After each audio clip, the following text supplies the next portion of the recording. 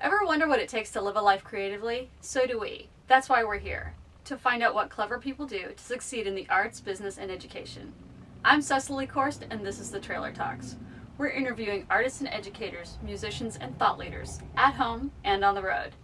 So come on, it's going to be a good trip.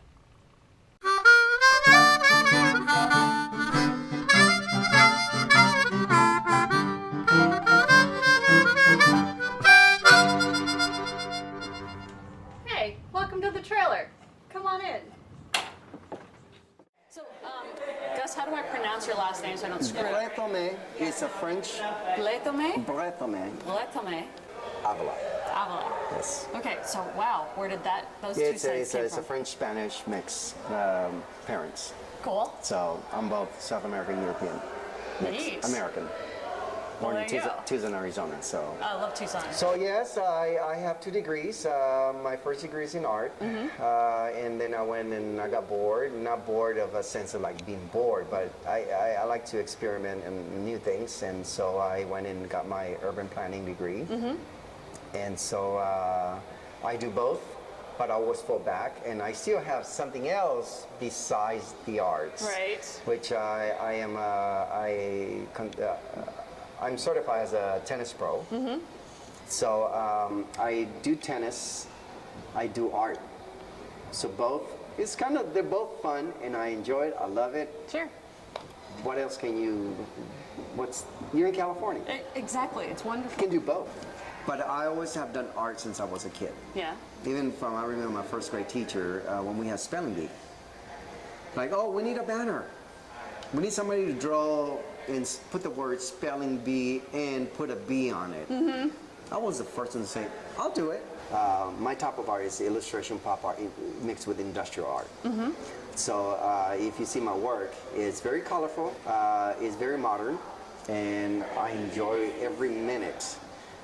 Sometimes it takes me longer than normal. I do my frames from scratch. So I get my own, I make them out of wood instead of a canvas. Right. Because it's easier to work for me. Canvas is a little more difficult. And I mix like from acrylic to pastel to charcoal. So mixed media. Very mixed media. I implement even other medias within my artwork. So it's pretty fun. I love it. What took you from urban planning to art? Well, unfortunately, our government is down. Living in California is tough, especially when you're in that type of line of work. We have a governor who used to be back in the 70s, which I wasn't, I guess I was somewhat of a kid.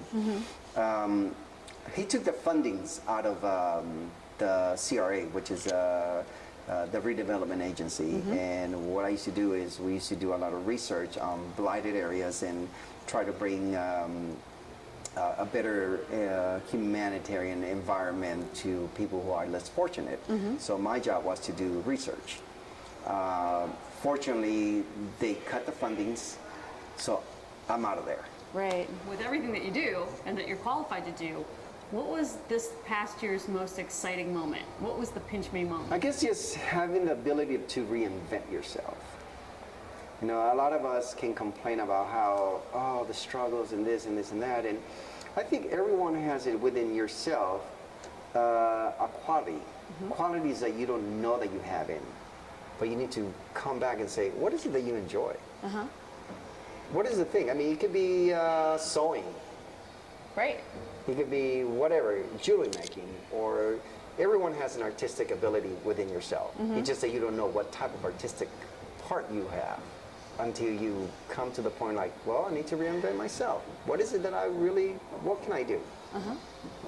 And that's what my point came to this year. What's your day like? I work every day. As a tennis pro, I teach tennis. Right, but do you do art every day? I do art most of the day. Sometimes I'm very fatigued and I have to take a break. But normally, my inspiration mostly comes at night. I'm tired, but then it's like an epiphany comes in, like, oh shoot. Most artists, what they do is like they get a canvas, they start painting, they draw. They almost finish. They come up with something else like, oh man, I messed up this part. erase it, start all over. Do you do that? Who doesn't? You, I'm pretty sure you do it. All right, let's start all over. So yeah, absolutely. as an artist, no matter what type of art you do, I think everyone has, there's a perfection that we try to get that is never going to be perfect. There's no such thing as perfection.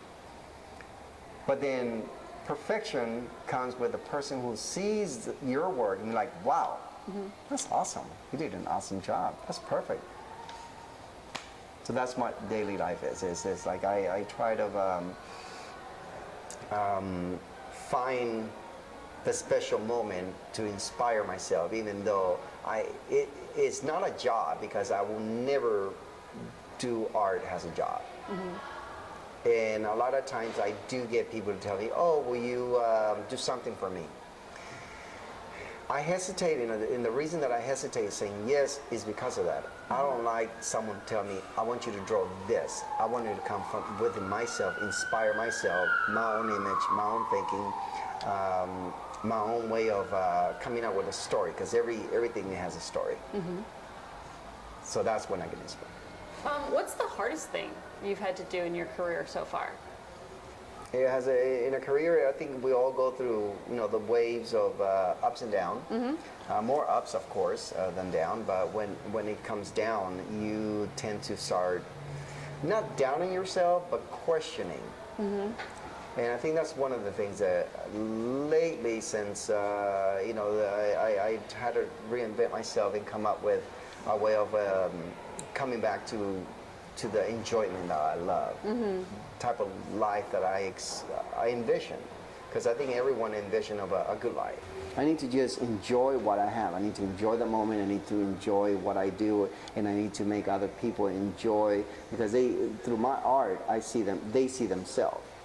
They see, wow, I can envision this a colorful painting in my wall because it brings it brings enjoyment to my home, to me. Every time that I see it, like, this is so cool.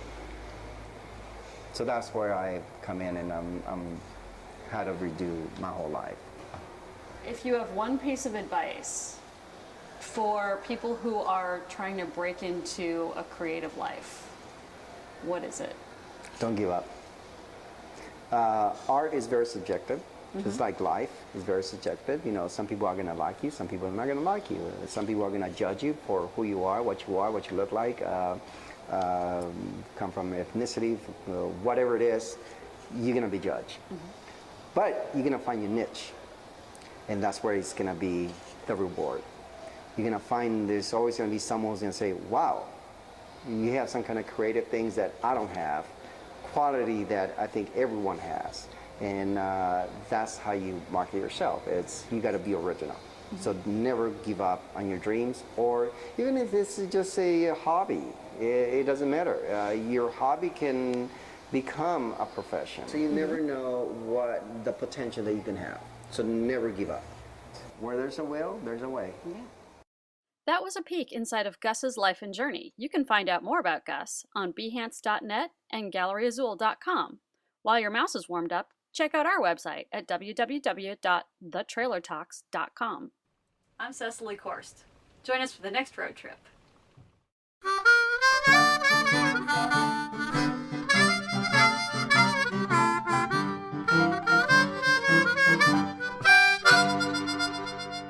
Thanks. I do. Thank you very much. Let me, here's your, take our mic and here's your wine. Merci.